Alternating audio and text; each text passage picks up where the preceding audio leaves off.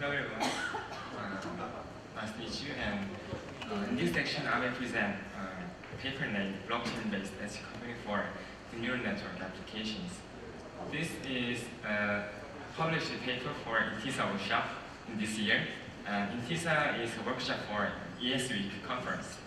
And this paper received both best poster awards. Before the presentation, I will introduce myself briefly. My name is JaeYun and I'm electrical and computer engineering. I major in electrical and computer engineering, and I'm PhD candidate at the same department at SEOUL National University. And I'm founder and leader of Decipher blockchain research group at SEOUL National University. And the Decipher, there are about 44 students or alumni in Decipher. This is table of contents. First, I will explain what edge computing is, and I will show you that how efficient is the edge computing. And I will explain the blockchain-based edge computing, and I will introduce the Decipher, which is the newly proposed idea, and the conclusion. Maybe many of you don't know much about the edge computing. The edge computing, before you understand edge computing, you have to understand the computational flooding. Computational flooding is a technique to offload the workload to another device and get the result from that device. So to utilize the, if there are a device that has not sufficient computing resource, if we use the computational flooding, it can get the result from the complex problem. And many of you maybe know about the cloud computing, and the cloud computing is, I'm sorry for that, because I used other fonts, but that's not applied to the PPT, so the word is very small, but I'll explain you. Many of you maybe heard about or using the cloud computing. The cloud computing is applied the computational flooding to the remote cloud server. And there are many services like Amazon AWS or Microsoft Azure or Native Cloud, and etc. But the cloud computing has shortcomings which are very unpredictable or long network latency and inefficient bandwidth usage and data security. So a new concept of computational flooding is proposed, which is the edge computing. The edge computing utilizes the devices at the edge, which means the adjacent devices. And it can solve the problems of cloud computing, which are unexpected network latency and efficient usage of bandwidth, and it can secure the data privacy. But the edge computing also has some problems, which are availability and scalability and the integrity problems. The edge computing could be used for smart glass or smart speaker or augmented reality, or any programs that is complex can be utilized as computing. I will show you the preliminary evaluation. I experimented for the edge computing for the neural network applications. I used Raspberry Pi 3 as a device for embedded device, and I used a laptop computer for edge device, and I used Amazon AWS Micro T2 for cloud server, and the cloud server is in the SEOUL region. And I used LAN network.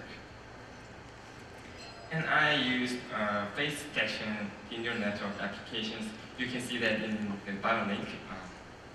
And sorry for that. And the model size was about 10 megabytes, and the input image size was about 30 to 40 kilobytes. And I suppose that every edge devices or cloud server already has the model, so I exclude the transmission time of the model. And this is the result of the experiment. If you do the neural network on the Raspberry Pi, it takes about 1 second. And if you use the cloud server to get the result from the deep neural network applications, the execution time was about 40 milliseconds. It was significantly smaller than the result of embedded device. And the transmission time of the input data was about 40 milliseconds, so the total time for offloading was about 80 milliseconds. If you use the edge server, you can reduce the transmission time about 10 milliseconds, and the total offloading time is about 50 milliseconds. So, as you can see here, you can use edge server, edge device, edge computing more efficient in some cases. So, and next I will explain about the blockchain-based edge computing. At the previous slide, I said that there are three problems in edge computing, which are availability and scalability and integrity problems. The availability problem is, does anyone have any incentive to give his or her computing resources to the requester or the client? And the scalability problem is, can it handle requests that change over time? This scalability problem is similar to the scalability problem of blockchain, which means if the system can scale up or scale down according to the situation. The last one is integrity problem. Can we trust the result of the edge devices? I think the blockchain or the decentralized system can solve these three problems, and because the blockchain has an incentive structure to entice nodes. So if there are some requests, there are some incentives, and anyone who wants to get that incentive will be willing to provide his or her device to use for the edge computing. And the incentive structure also can scale up or scale down the system, because if there are many requests, there will be many incentives, and many people are willing to get that incentive, and many people are willing to provide his or her device to use it as an edge device.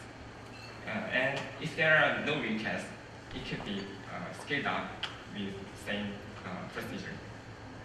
And blockchain already has a mutual verification process, which is the smart contract.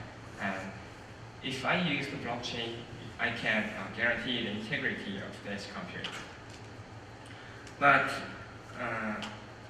when I want to use the blockchain as a backend for the edge computing, there are some problems, because current blockchain technologies or current mainstream blockchains has many constraints. Because blockchain smart contract cannot run a complex program or big programs, as you know. And the blockchain, and blockchain does not support various languages or environments. For example, Ethereum only supports for the languages that could be compiled to Ethereum bytecodes, and it supports only the EVM environments. And we can't expect the response time for the transaction is long or unexpected in blockchain. So, because the edge computing is for the optimizing the computation time, but blockchain has unpredictable long response time, so I cannot utilize the existing blockchain. So I designed a new blockchain structure and wrote it as a paper and submitted it to the design, and that was accepted.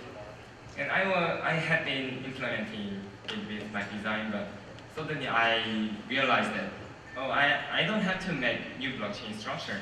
I can make it with only with the smart contract, the layer 2 solution. So I changed my design, and I'm designing and implementing that idea from now on. That is called a Doppler. Doppler means decentralized offloading platform for edge computing. I'll explain it more detail. The Doppler has 4 entities. One is client. Client is an entity to recast the workload to edge devices. And there are also edge devices who are willing to provide his or her device to compute the offloaded workload and get the bounty or reward. And there are newly introduced entity whose name is Doppler. Doppler verifies the result of the devices, and there are also decentralized platforms like Ethereum or IPFS or any platform, any decentralized platform that could run smart contract could be used. This behavioral process really help you to understand what Doppler works, how Doppler works. First, if a device or someone wants to participate in the Doppler environment, Doppler system, it has to deposit to the blockchain, the decentralized platform at the first. And in here, the middle one is the client, and these two ones are the edge devices.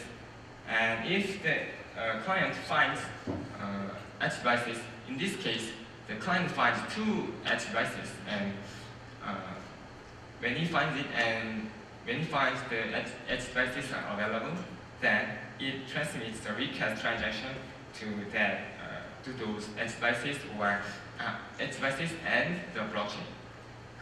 It sends the required data. The data includes the program address of IPFS and the environment information such as OS or compiler version or VM, what VM it uses. And also the input data and the period. The period means the challenge period and the bounties. Then the edge devices do the work, and when it done the work, it responds to the client immediately with the result. And they also upload their hash value of the result to the blockchain. Then, sometimes later, the Doppler verifies the result of the edge devices. And if the result is wrong or different from Doppler's result, it challenges it, and the Turing process really start. And if there are no problems, the deadline is done. The deadline means, at the previous slide, I said that there is period data in the request transaction, and if the challenge period is finished and the block passes the deadline block, then someone transmits the transactions to reward those edge devices for the results they had done. This is the process of the Doppler, and I'm designing and implementing the smart contracts and demo for edge devices, and also I think the incentive structures should be more sophisticated, so I'm designing for it. But there are some limitations for my work because to make Dopplers to verify the result of the edge devices, we have to reveal the input data to the blockchain or IPFS. It makes the data privacy problem, and I can't solve this problem in this work. But I think many good projects like Enigma or Decipher or Rational Mind could solve this data privacy problem, and I will use that. And I'm working on for the paperwork, and yeah, I will review this as an open source when I finish my POC concept, proof of concept of the implementation. Thank you, and if you have any questions, I answer the questions. Thank you.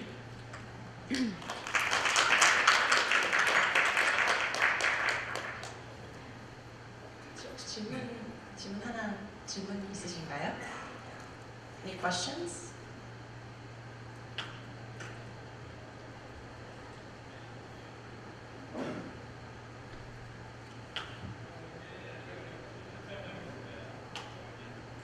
제가 드릴 질문은 검증을 하는 데 있어서 한 번 더 검증을 거친다는 얘기인 것 같은데 굳이 한 번 더 검증을 거치면 속도 문제에 있어서 먼저가 생길 텐데 한 번 더 검증을 거치는 이유가 무엇인가요?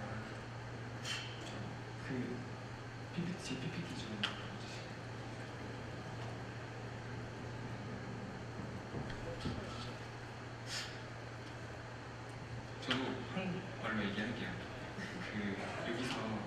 번을 검증을 거친 이유는 이제 처음에 여기서 이제 리퀘스트가 오고 리스폰스가 바로 가요. 근데 대신에 저 리퀘스트를 바로 믿을 수가 없는 문제가 발생하는데 저 리퀘스트를, 저 리절트를 블록체인, 저 리스트 S 값을 블록체인에 올리고 나서 나중에 도플러가 검증을 만드는 거예요. 그럼 이미 이 요청을 한 이 클라이언트는 이미 결과를 받은 상태이기 때문에 저 검증 자체는 늦게 돼도 상관이 없고요. 네, 대신에 저 처음에 디포짓한 그 보증금이 슬래시 당할 수 있다는 위험이 있기 때문에, 그리고 챌린저들이, 그러니까 챌린지 프로세스가 있기 때문에 저희 디바이스들이 잘못된 결과 혹은 그런 랜덤한 결과를 주지 않도록 만들 수 있는 인센티브 구조가 있는 겁니다.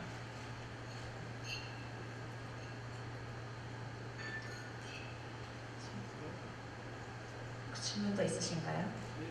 Any more questions? 큰 박수 부탁드립니다. 감사합니다.